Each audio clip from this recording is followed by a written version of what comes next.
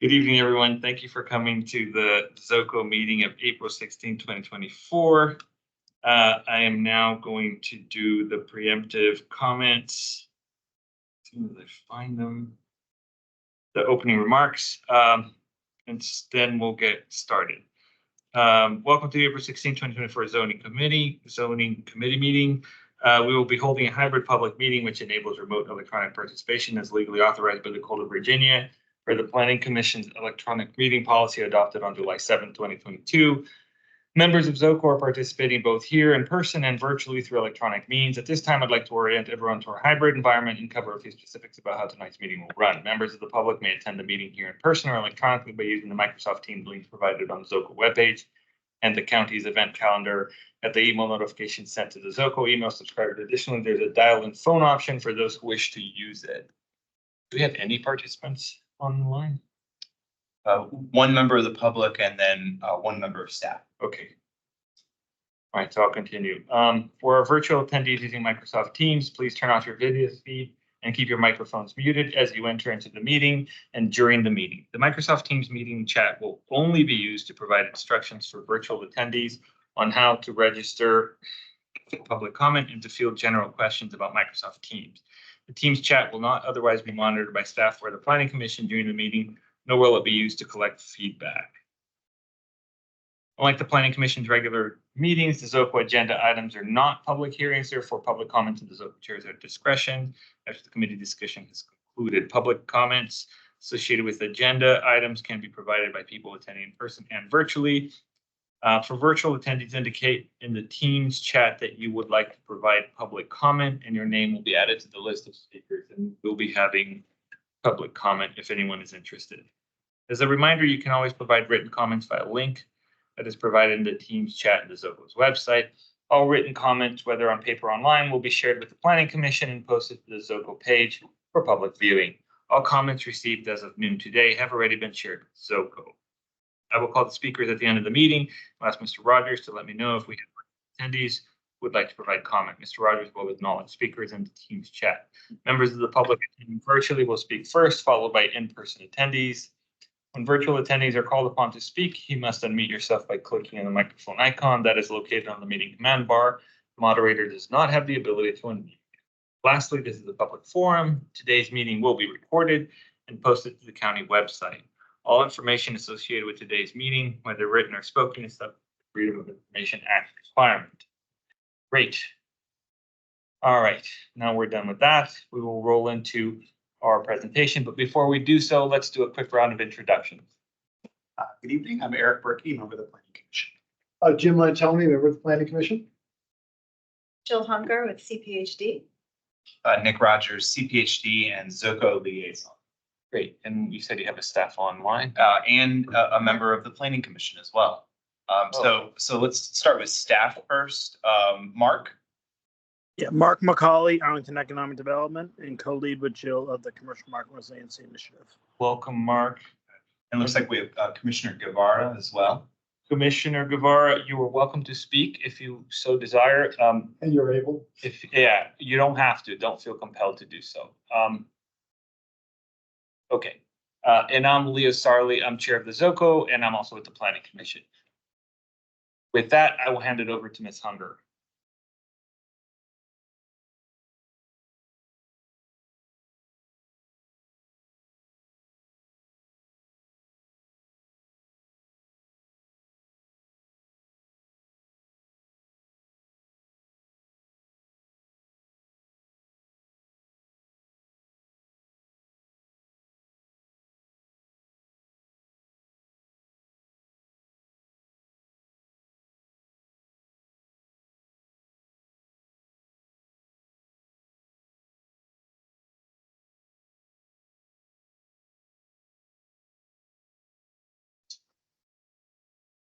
Thank you. So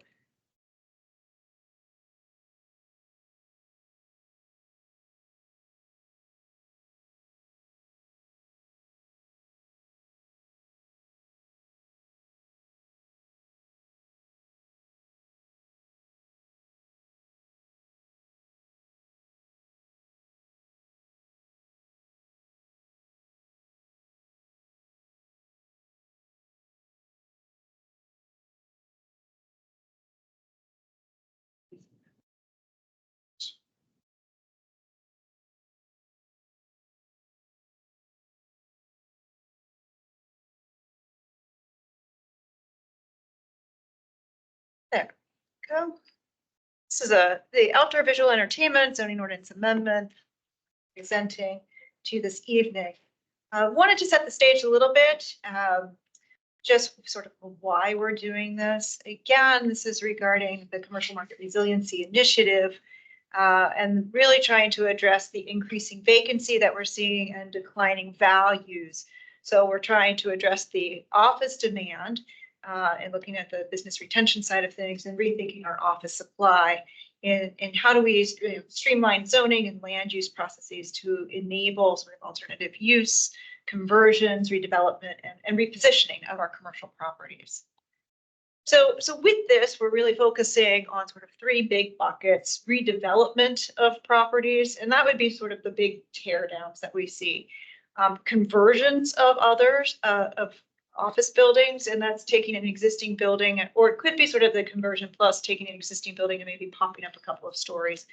And then the other one is this repositioning, and that's sort of making investments into an existing building and bringing it from sort of that class B plus to class A, filling it with the amenities that are driving the tenants, sort of the rush to quality that's happening. And I think most important is why does this matter to Arlington? For a very, very long time, we had a 50-50 split of our taxes between our residential and commercial tax bases. And we're seeing that swing, that pendulum is swinging, and a little bit more of the burden is going toward our residential. So any decrease that we're seeing in our commercial property tax revenues really does shift that burden. And when there's a sort of that revenue gap or the revenue decreases, there can be an impact on our services and what can be provided. And all of these benefit, these services are benefited by all of our residents. So originally we just had these three big topics, and then we realized that actually part of this work that we're doing does pertain to placement and ensuring that Arlington has strong placemaking elements because we want an amenity-rich environment, and that really attracts residents, visitors, and employees. So tonight we're really focusing on that fourth piece about placemaking. So with that in mind, sort of harkening back in 2015, we updated the Arlington County Retail Plan. It had been previously known as the Retail Action Plan, changed it to the Retail Plan. And in it laid out a vision for retail in Arlington and what we wanted to see. And for this discussion, really focusing on that, we have spaces that provide interest and authenticity and entertainment and experiences. That our centers must increase placemaking efforts and to encourage that and these and facilitate the changes, calling for flexibility and creativity in how we look at these things. So again, sort of grounding by the Commercial Market Resiliency Initiative and layering on the retail plan as policy, then we sort of start saying, well, there's also a change in retail trends that we're seeing. The nature of the retail experience and attraction has been changing.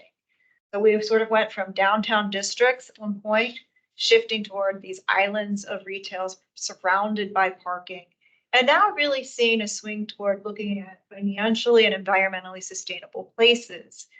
We've also seen this shift from like true anchor stores, just anchors everywhere, to more of a mix of restaurants, entertainment, and personal service offerings. With the pandemic and sort of these changes that are taking place, we've also recognized this need for sort of social gathering spaces, inside and outside. And so with this, I think a lot of these trends that we're seeing they're creating almost a public living room for the social engagement. So parks and activated ground planes are key components to all of this. And it's really designed to pull people in a variety of programming and really enhancing that placemaking that's happening in those retail centers. So what are we doing? We're doing a lot. But if you saw the memo, you're seeing that there's just a lot of track changes, and we're keeping intact the general skeleton of what we had with large media screens. But instead, we're going to do a little bit of rebranding and recognizing this is a little bit bigger than just a large media screen. It's really a revised definition for outdoor visual entertainment. I'm not going to read it to you. You can look at it in your packet. We've made some minor changes. One is recognizing maybe it's a wall sign, maybe it's not.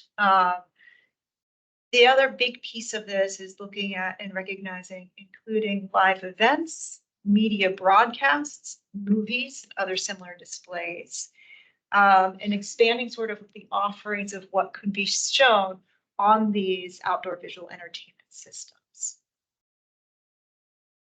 Secondly, we've updated the purpose associated with these outdoor visual entertainment systems, focusing a lot on the economic development and enhancing the long-term economic viability of our major commercial centers.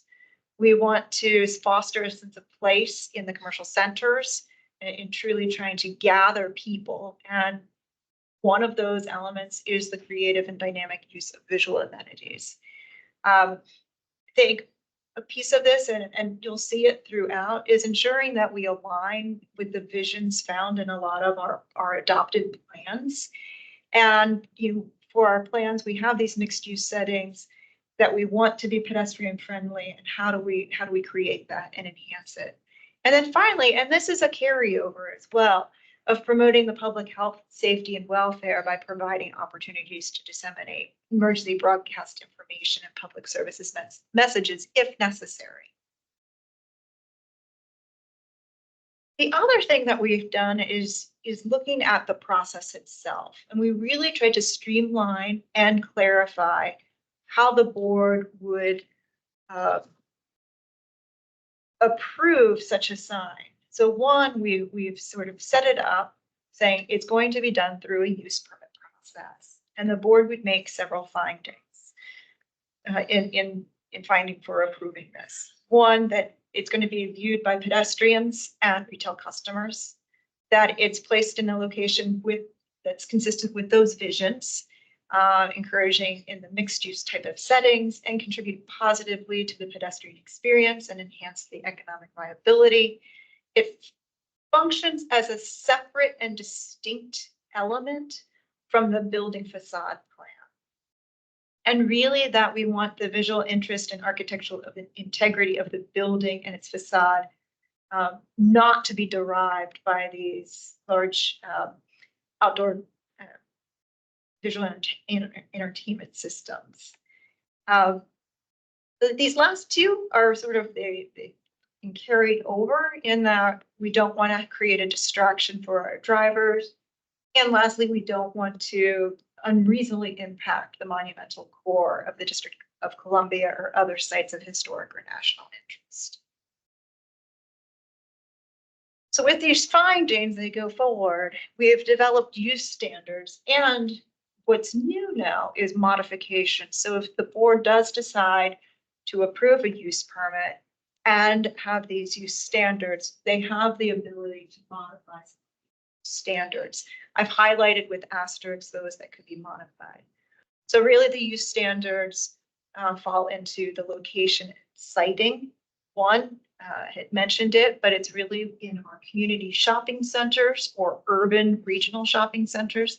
And those are within our commercial and mixed use districts.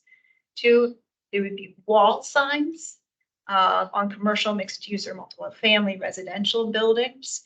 And then again, the wall sign could be modified, the type of sign, if an applicant can show that a different type of sign is appropriate, and the board can modify that.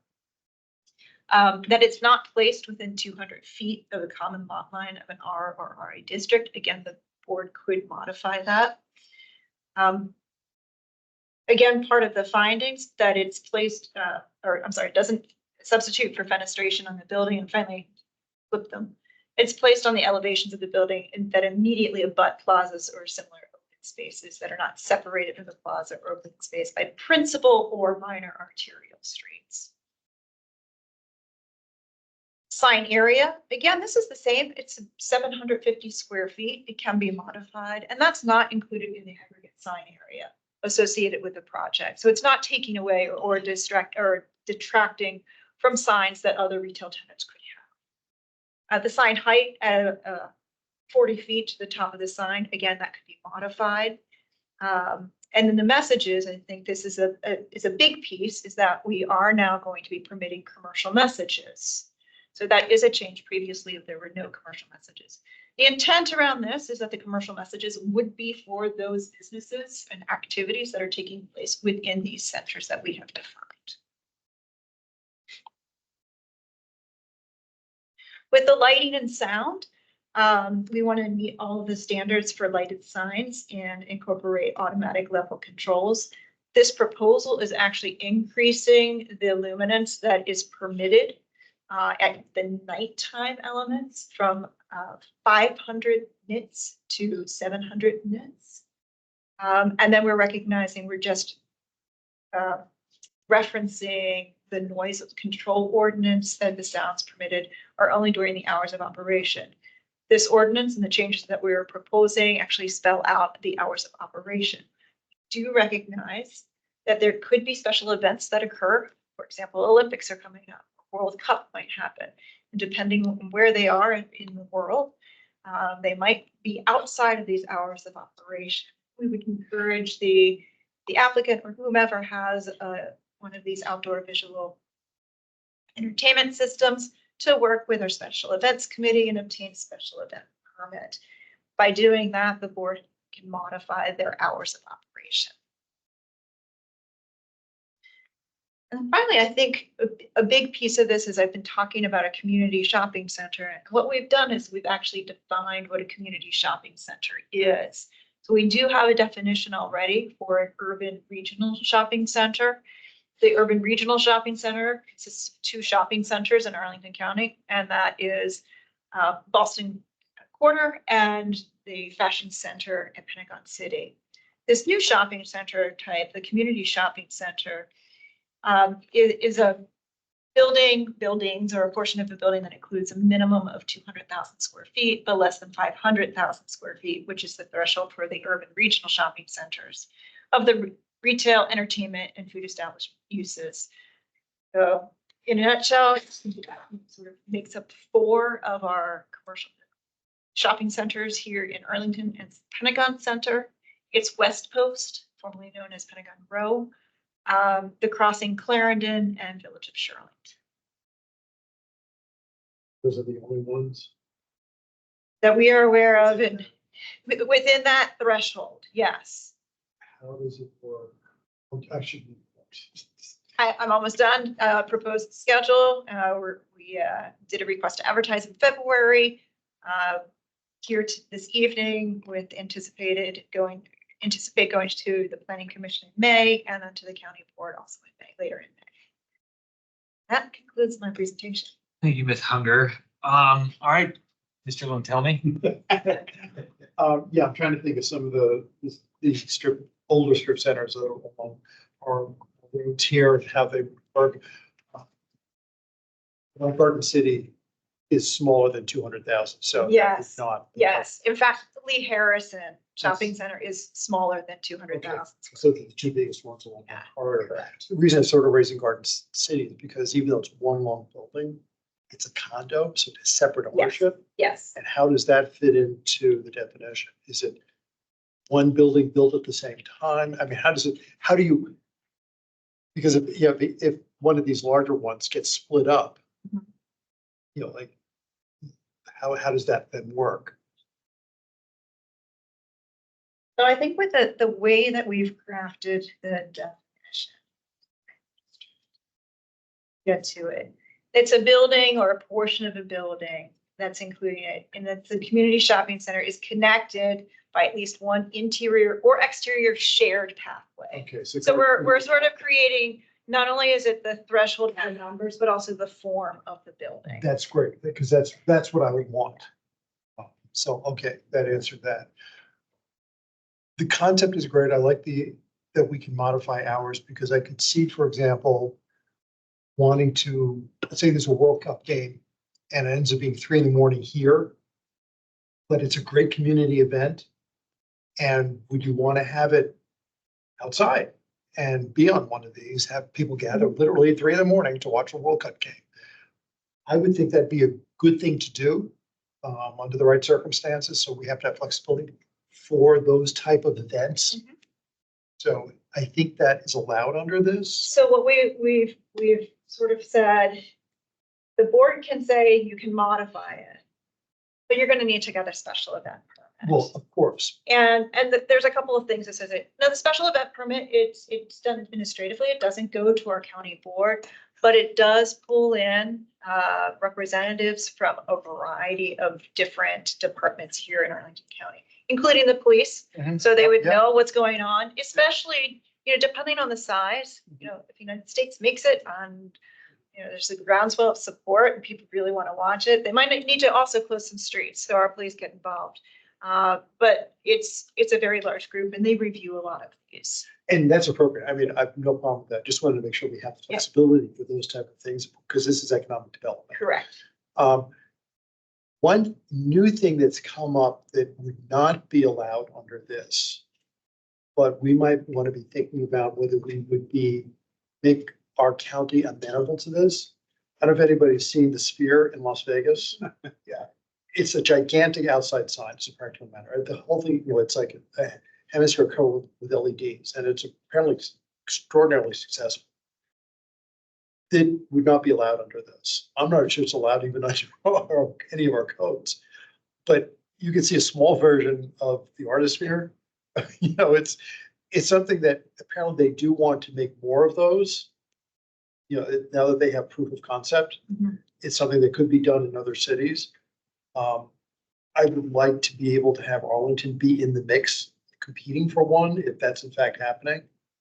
So I'm putting it on your radar to think about how you could get our ordinances in shape that it wouldn't be a huge hurdle for someone to come here and make a proposal.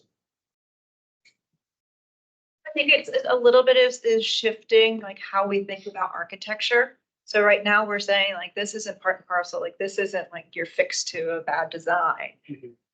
But what you're saying is more like, that is the architecture. Yeah.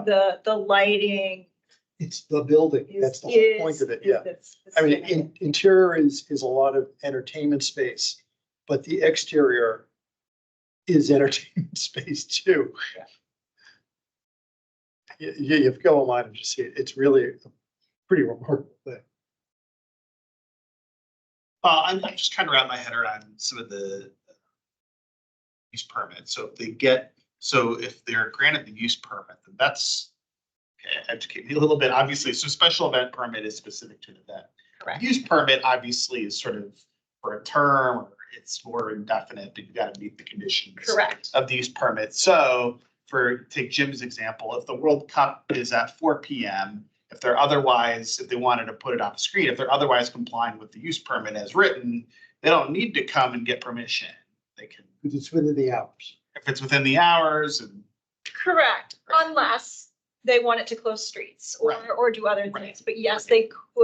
they could broadcast it. Right. Yes. Because I'm thinking, this is not a fully formed thought, but I'm thinking about our very dense areas like Ballston, and we've got a lot of folks there, and we definitely need more to engage them. And I think this is, I agree. agree. Two places of Boston. It's one of the Put one on the tools. side of the Right. building would be a perfect spot. right, we got a lot of people who want to be outside, and we got a lot of great restaurants and things. And we just haven't found a way to kind of sync that all together. And Virginia Square, the new founders, the GNU campus. Yeah. Is a huge plaza in front.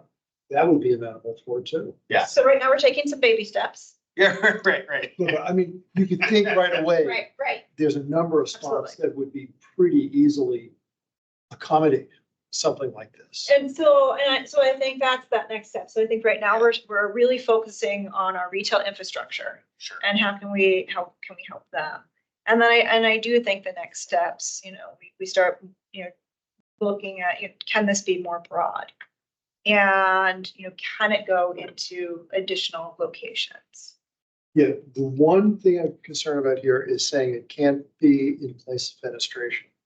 Because I could see a building redeveloping and they want to close off a bunch of windows with something like this there.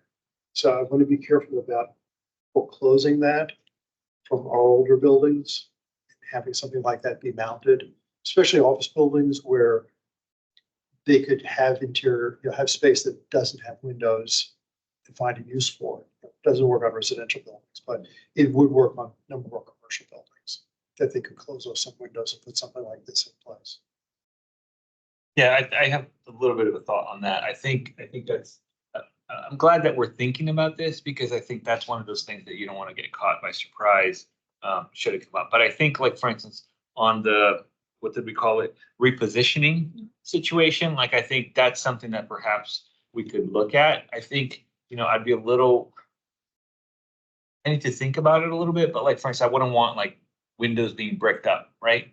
And sort of create a permanent sort of situation in an otherwise building that could be repositioned again, right? If we left things in place. For So, all building, wouldn't that be fairly easy to do it on something like that? 'Cause it's Right. Easy to restore. right. So I think it depends on what that ends up doing. If there's a certain integrity that's left in place and we're not sort of, so I think we can think about that a little bit more.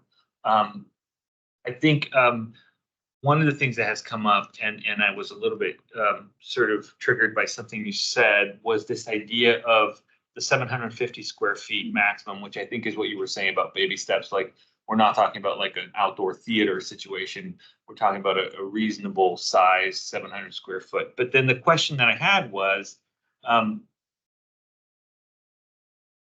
where's the number definition on that? Like, what if, like, let's say Pentagon Row, West Post. Did I say that right? Mhm. Okay. There's two tenants and both of them want a sign, right next to each other. Is that allowed? 1% or. Right, do we have to split, is it a total square footage? So now we can have two, 375 square feet, or, can you have two 750? And now does that actually amount to like double?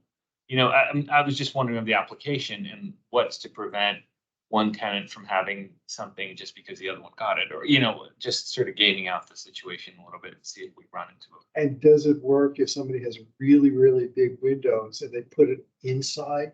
So it's inside the building, it's not outside. You can see it outside, but it's wholly inside the building because we have our sign ordinance. You can have anything you want inside, even if you can see it from the outside. I'll have to double check on that one. I think if it's fully visible and the intention is that it's visible, it's It's considered a a sign. sign. I think the stipulation of it being a wall sign, the definition of a wall sign is that it's affixed to the outside of the building. I think that controls against what you're suggesting, Commissioner Right. Lintelman. But somebody could put it on the inside then. It's not a wall sign. It's inside. But I think if Functionally, it's the same as if it was hanging outside, but it's inside. So it might size. then that would have But it- rules that would apply to it Correct. for sign Because it would be, standards, Considered a sign? it could be considered a sign, if it's highly visible. right? Could be considered part of But the. it congregate. depends on what they're putting up on the screen. They're running a movie. It's- You can see how these scenarios create a lot of, it depends and. Well, I know, but Right, that's why I'm right. throwing them out here so that you guys can think about these How to things. implement these things. And I'm not trying to tube it either. I want to be really clear. I really want something like this to happen. Right. And I would probably want it to be as expansive as you can, or as liberal as you can, to see how it works and who'd be willing to take it up.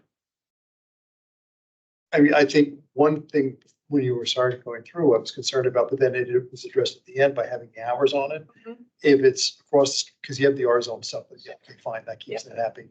But in our mixed use areas, we have a lot of condos and apartment buildings, and having a big screen right across the street from somebody's apartments, that could be not happy. Correct. But with the hours on this, I think that alleviates a lot of my concerns. And I'm gonna go back to the comment about like, what if it's just behind the window? So we're changing this, but we've kept in there saying like anything that's been approved previously will remain approved as long as Okay. consistent with its conditions. There has been a large media screen. It was approved. It was for WETA in Arlington. That is actually placed behind their windows, but it was approved through a site plan amendment as a large media screen. So just so you're aware, so it has happened. And they had conditions associated with like no commercial speech and everything like that.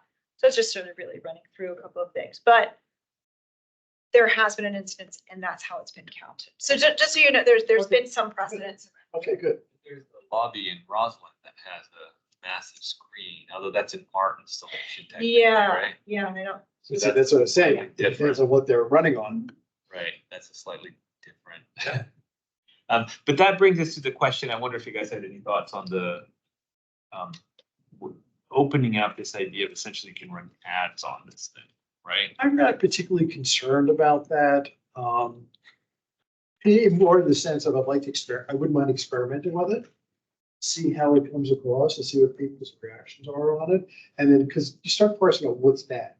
If it's, just WETA, and they start to have on it coming up tonight at these hours, that's it, that's an ad, even though it's what they do. It's an ad. Right. So I'm reluctant to sort of wade into that by prohibiting it because we might end up prohibiting, again, if they wanted to run the World Cup match, well, there's commercials in that. Does that mean they have to blank the screen when the commercial comes on? Right. That's why I want to be really, I'm willing to experiment and be more liberal on it and just say, we're just gonna, whatever you want. And run the risk of having a gigantic Coca-Cola sign up there that's, 10 hours a day. So we've crafted and we're saying that, so previously it just said commercial messages shall not be permitted.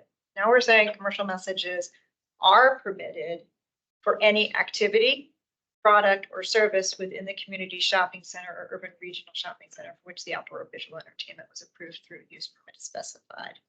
So if they're showing the world, if the activity is they're showing. Right, so that would allow WTA to say, watch tonight. But you couldn't then run the World Cup because the ads would come up and it has nothing to do with the center. They could run it, they could just block the ads.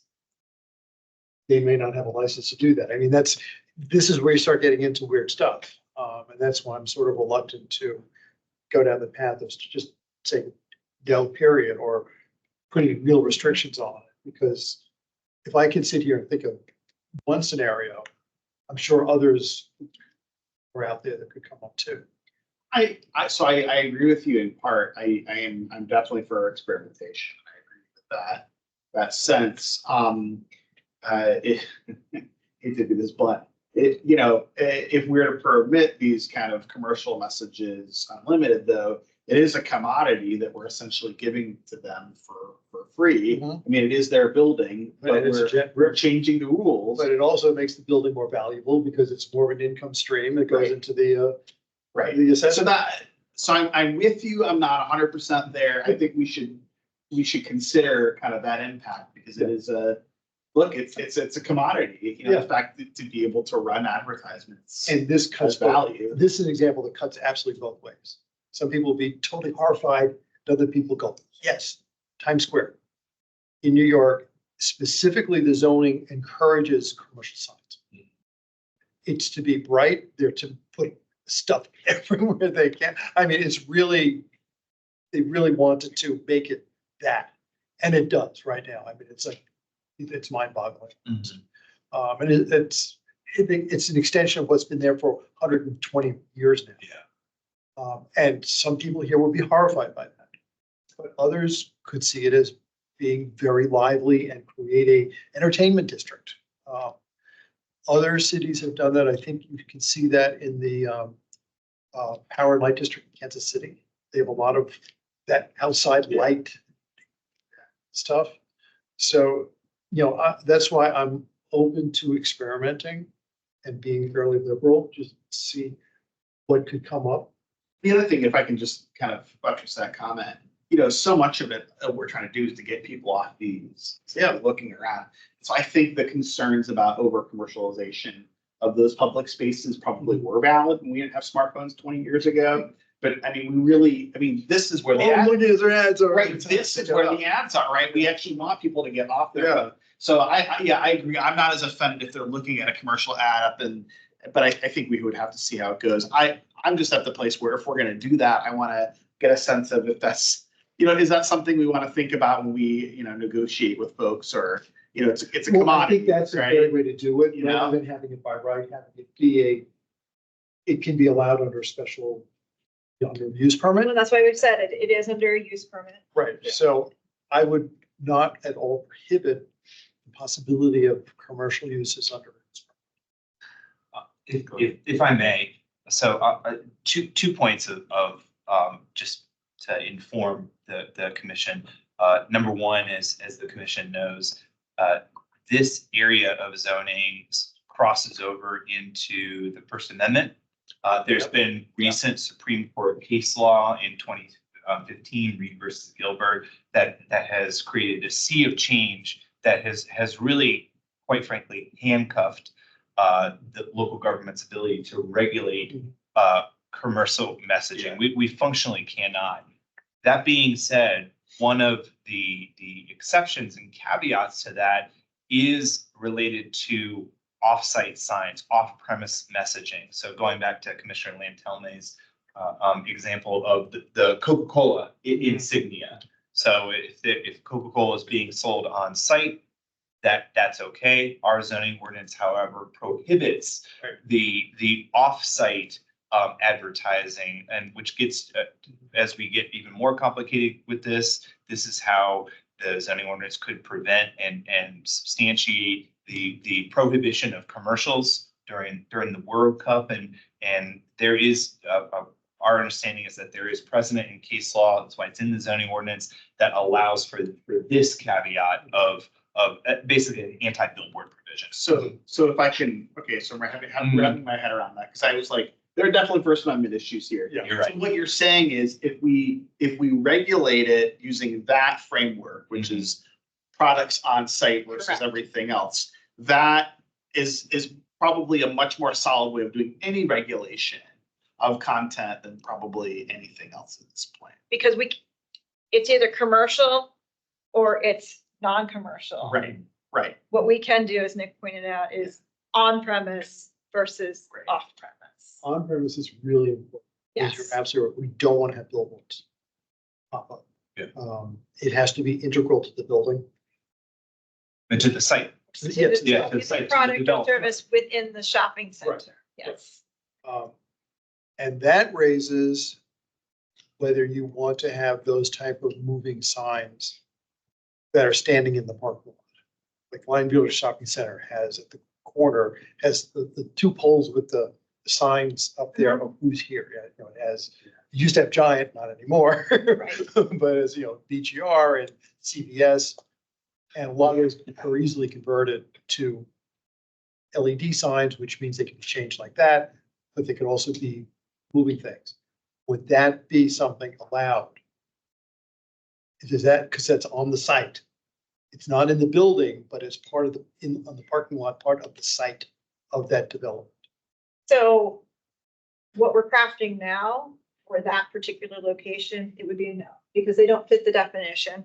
I know they're too small. They're too small. Right, but if West Post, they have that big parking lot in the middle, and they put the sign up in the middle there. So the board, there would be a use permit process. The board would have to determine whether or not the applicant has indicated that a sign type other than a wall sign is appropriate. So there's all of the findings that they would have to go through. They may or may not find that it's appropriate. If they do find it's appropriate, then they have to make all of the other findings that it's not impacting, in the middle of a parking lot, could that be impacting the traffic? Mhm. Could it be impacting the driver? So I think if it goes through the use permit process, there are a lot of findings that have to occur and a lot of use standards that have to be addressed that can't necessarily be modified for the board to approve that use. So Okay, so is it shouldn't be, possible, shouldn't be a problem, likely improbable? because like I said, I do want to avoid agree there, but we don't want to have billboards. When I was living in Philadelphia, that was a big issue because Philadelphia loves billboards and the expressways aligned with them and everybody hates them. Right, right. Absolutely hates them, but they're there and the city hasn't been able to outzone them So much. or hasn't had the will to outzone. I have an unrelated question. This is actually the credit commission.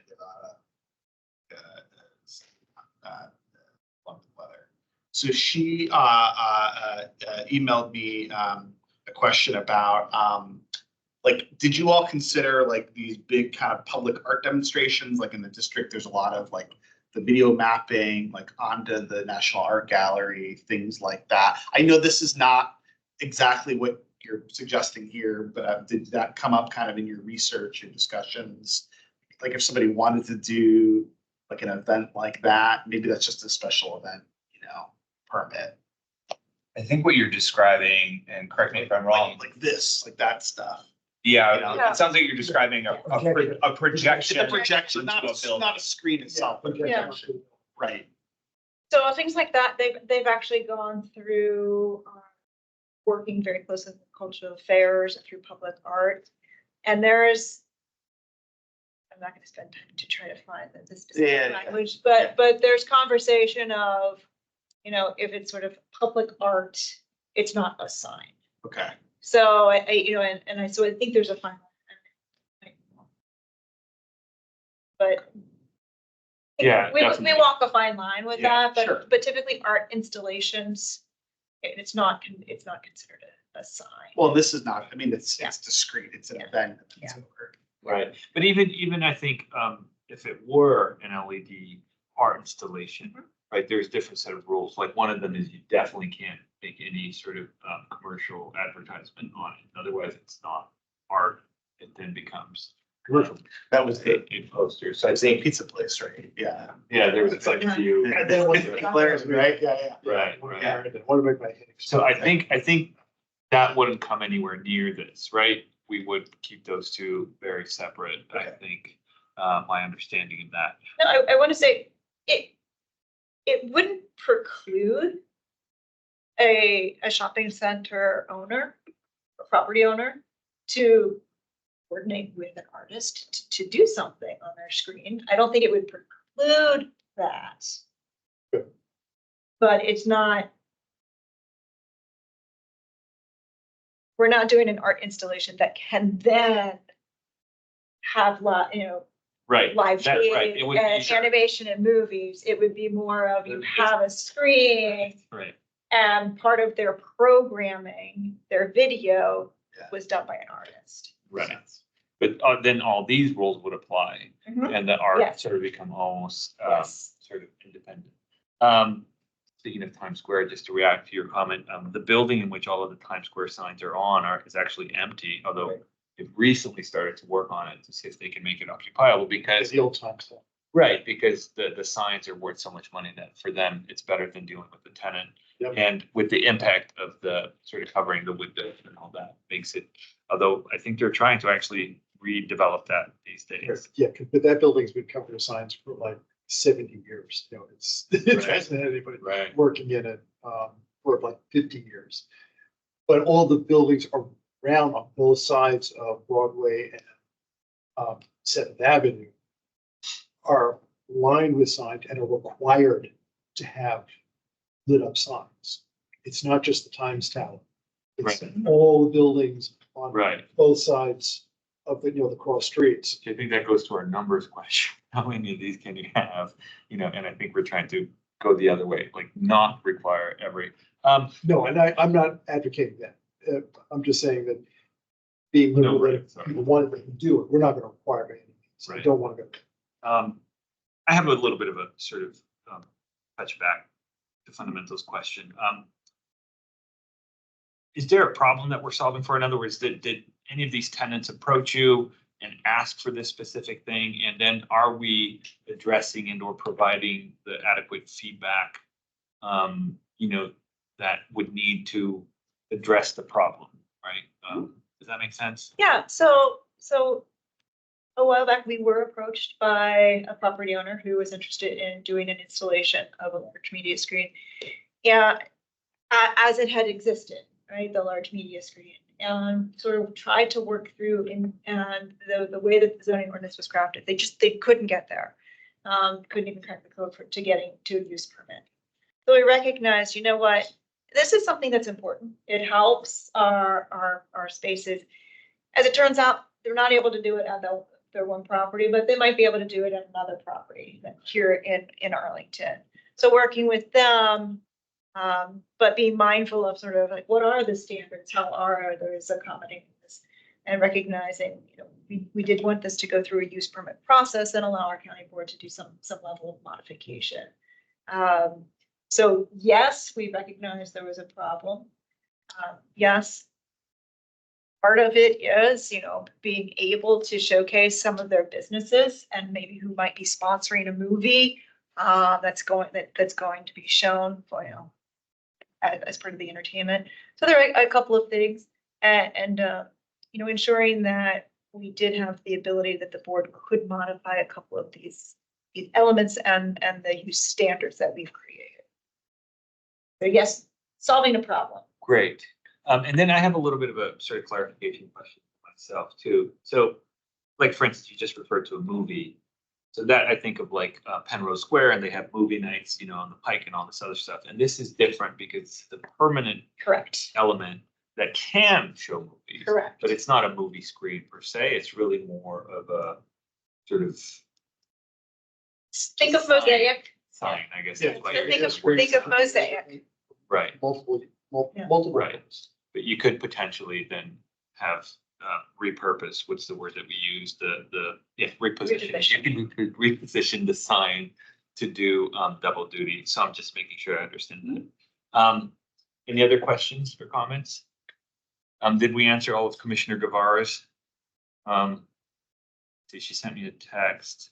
I think she sent me the email, so thanks for vouching for me. Yeah, no, it was a great presentation. Yeah. Thank you for indulging us. Oh, no. Obviously, we don't like talking about this one. Food Yeah. for thought. Well, it's just, placemaking is really important Yeah. right now as we sort of figure out, what this. Hate to keep saying post-COVID, right? But what the landscape looks like. So And it isn't just COVID, it's also because we have such a big change media landscape. And the technology's advanced so much that something like this would be even conceivable 20 years ago. Right. Now, Well, yeah, I think that screen on the lobby of Roslyn at the time was one of the largest screens in the world, right? I think obviously since the sphere has been overtaken, but at the time it was quite significant. Recall that comment. Talk but- about that, yeah. and there was Arlington, we had to wrestle with with the TV station wanted to put the ribbon around the building. Go to jail. Yeah, yep. And they finally, it went up, but it wasn't a deal. It had to be figured out how to allow that. It did. check.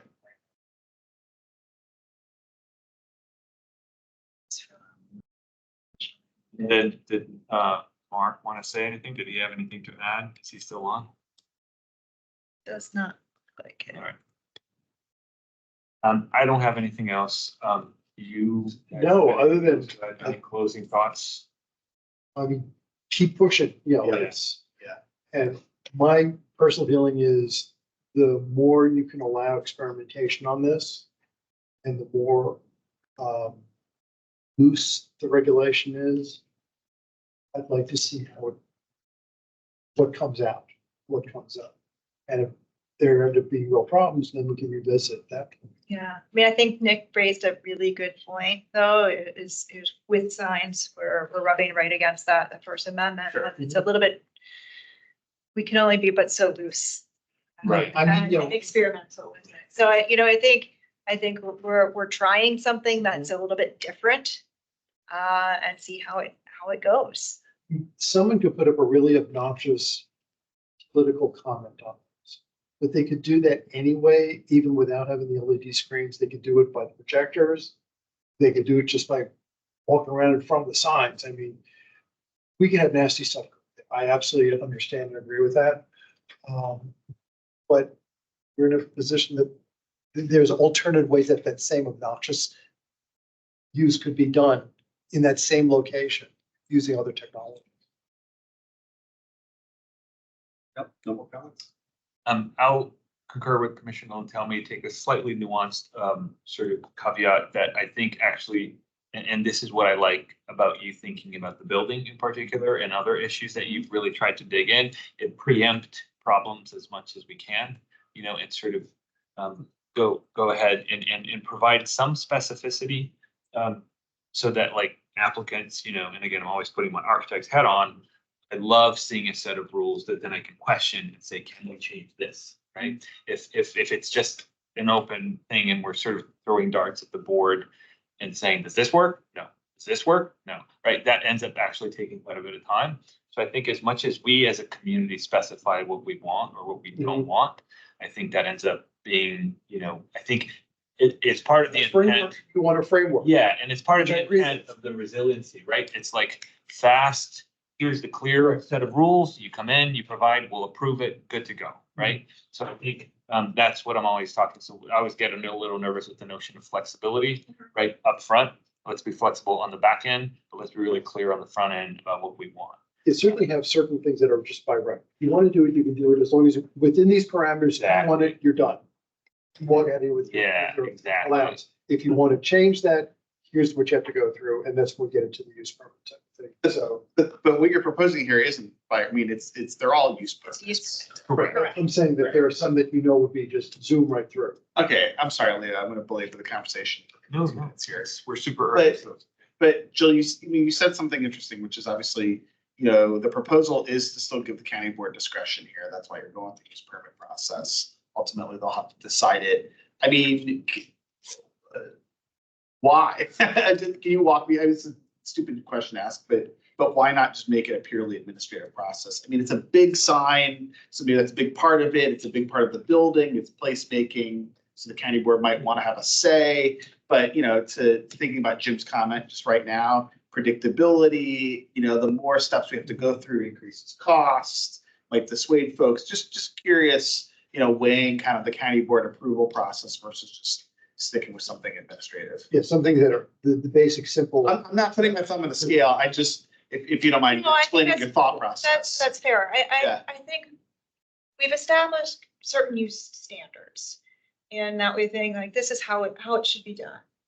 But we recognize there could be better ideas out there and that to actually fit on the building, but it can't be 750 square feet, but it has to be 782 square feet.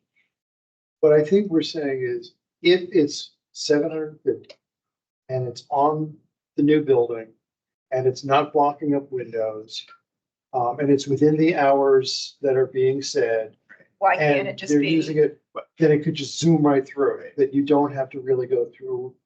It's still it's an administratively approved use permit because it fits precisely within all the parameters that are set out, and they're not asking for any variation.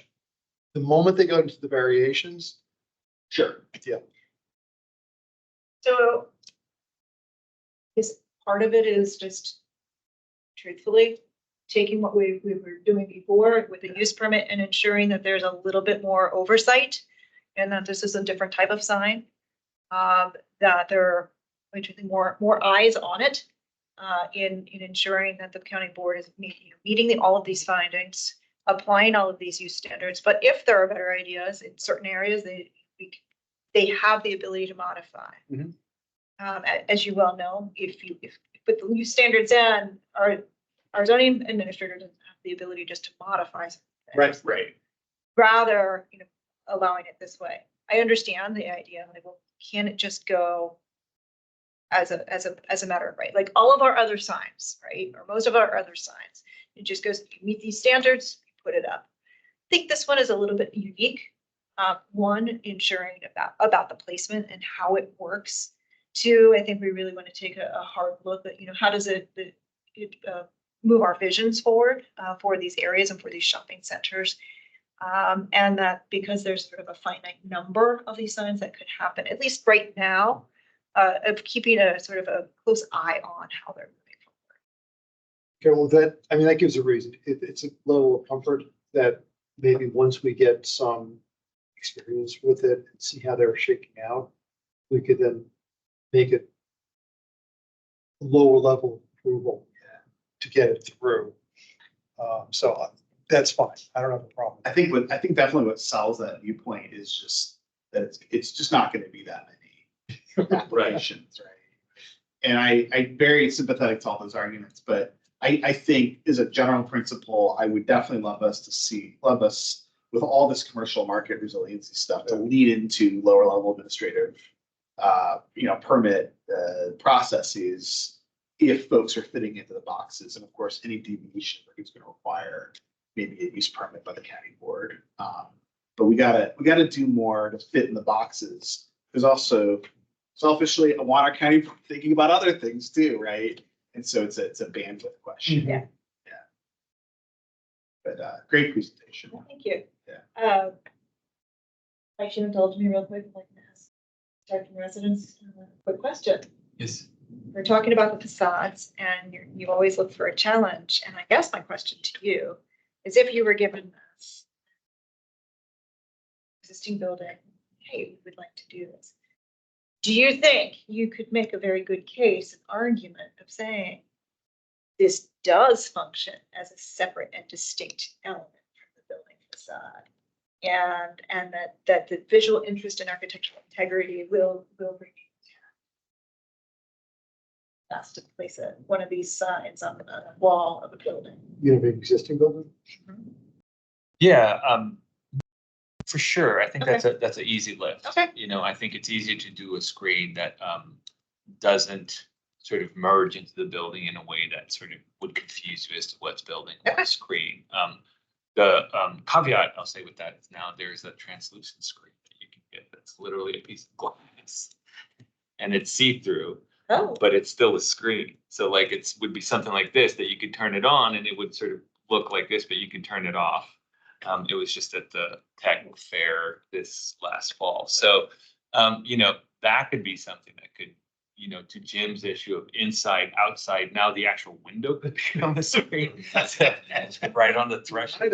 But I think, Jill, that of course is a case by case situation. And I think definitely any sort of competent architect can sort of integrate and or design something that would sort of complement the architecture, might block some of the windows in a certain way. You can stand it out, you can arm it away such that the light still comes through. You could create multiple screens, right? That adds up to, so yeah, the design so? possibilities Great. are really fun, actually. Great. I'd love to get that job. That's such a Now that you're talking about it. But I think, Thank you. just to make sure, I'm not disagreeing with you when I say specificity, and I always encourage staff to be very specific and sort of be more articulate than less articulate. And again, that is flexibility that allows us to have a clear understanding of what we want. And then if they want to do something different, right? And then even within that, I think, I agree with you that lowering the administrative ability to create introduce certain flexibility. And again, we can even write, the range of the flexibility that can be administrative decided. So I agree with you. I always worry, and this is again, as an architect, when we approach these jurisdictions that have very vague urban planning designs or very vague descriptions, it's more difficult to solve the problem. Does that make sense? Yes, it does. So it actually complicates the process. So I'm not encouraging everything to go to the board, for sure. That also doesn't help anything. But I think, the more that this is why I was very supportive of not getting rid of the planning positions in all of the staff positions, because we need more oversight and more sort of premeditation of what is needed. And the more that you specify and you clearly say, particularly if you have professionals in the area doing that, right? It becomes really helpful and it becomes a really easy lift, so much so that then I lose my job because it's so well cleared, right? You don't need an architect to develop it because, oh, look, if you just follow these guidelines, you'll get a perfect product and then off you go. I cannot imagine that's how projects go. No, of course they're not. But the more, architectural guidelines, right? And Sure. I've written a bunch of those. They're actually quite helpful. you know, you end up getting a better product. Architects are more at ease because they read the guidelines and they know exactly what's expected of them. And then they exercise creativity within that. That's one of the misnomers that, like, you know, we need to leave everything blank so that creative people work. Like that's the worst thing. Like the blank page is the most threatening thing an architect can encounter, right? Whereas if you have these guidelines, you're like, okay, this suck, you know, that's the first thing that you get. And next thing you know, you're like, you know, trying to push and pull, and it becomes then kind of a fun game. And, you know, not that staff are interested in a fun game with designers, but so that's a little bit of the thinking that I try to drive to the planning commission. I'm not saying that the county board needs to weigh in on everything. I'm saying like the more that we do upfront work, the less expensive, like EHO, for instance, the more that we specify what it is exactly that we're looking for, the easier it becomes for the developer to then implement that without coming to staff or coming to the board or asking people, what does this mean? Well, I think that's what Jill's proposing. I just think, Yes. I think this is an iterative process, right? So doing this, we'll do other things, and then it's gonna naturally be iterative. I mean, Right. So, but we And I gotta think start somewhere. Jill said it, she's like baby steps, right? So I think that's where we're venturing to sort of uncharted territory a little bit, right? We have some experience with some other stuff. So, and it's a very limited impact. We're talking about 6 tenants, right, in the county. that Well, We've envisioned. 6 centers, Right. multiple times. Right. We hope, right? Yeah. Hopefully. So, but that's the other question, right? Like, so you are saying that we can have multiple screens in a space. We have not precluded. Okay. So that's something I think we might want to think about, you know, like, do we want the Times Square situation where every tenant gets a screen? I'm not sure I have a problem with that, for example, in West Coast, where it's the interior facing the parking garage from Fashion Center. If every one of those had a screen, have at it, you know, it's just a parking lot there anyway. It might liven things up and make it more attractive. It's one of the biggest flaws of West Coast is having that huge, big surface parking lot. Right. In the center of it. Right. So I'd be willing to entertain it there. I'm not sure it would work outside of Fashion Center where you just have this Nordstrom, Macy's, and then a Shake Shack. I mean, I'm not sure it would work there, but I could, you know, like I said, I immediately thought of one spot where it Right. sure wouldn't hurt because it's such a dead area anyway. Mr. Chair. Yes. I don't think the exact image made it into the slide presentation, but one of the images was right outside American Airlines Arena in Oh, Dallas. yeah, it was there. Yeah, Yeah. and so when if you Google that and you look at different perspectives of that space, that's a very large outdoor room. Uh-huh. The arena is at one end. Yeah. It's lined by a commercial. It is a true entertainment district that has multiple screens. So there is an element of scale, proportion that, you know, as I think Commissioner Lantelmi is saying, there could be scenarios where in the right space, multiple screens could be appropriate. Right. And the proposed ordinance doesn't preclude that necessarily. And that's what I want. I want to be careful that we allow that sort of site-specific creativity, that it may not be at all appropriate in Ballston, but it may be really what you want in West Coast. So, you know, I want to keep those options available, but by having a use permit allows us to do that real deep dive and look and say, okay, let's Yeah, think about okay. this.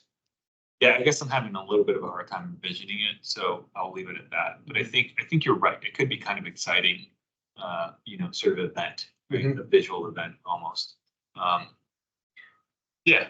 I would say, I think the other thing that this would preclude is if there is a permanent installation, Uh-huh. but for whatever reason, like we're doing a special event, like something else, bring in a temporary screen too. Right.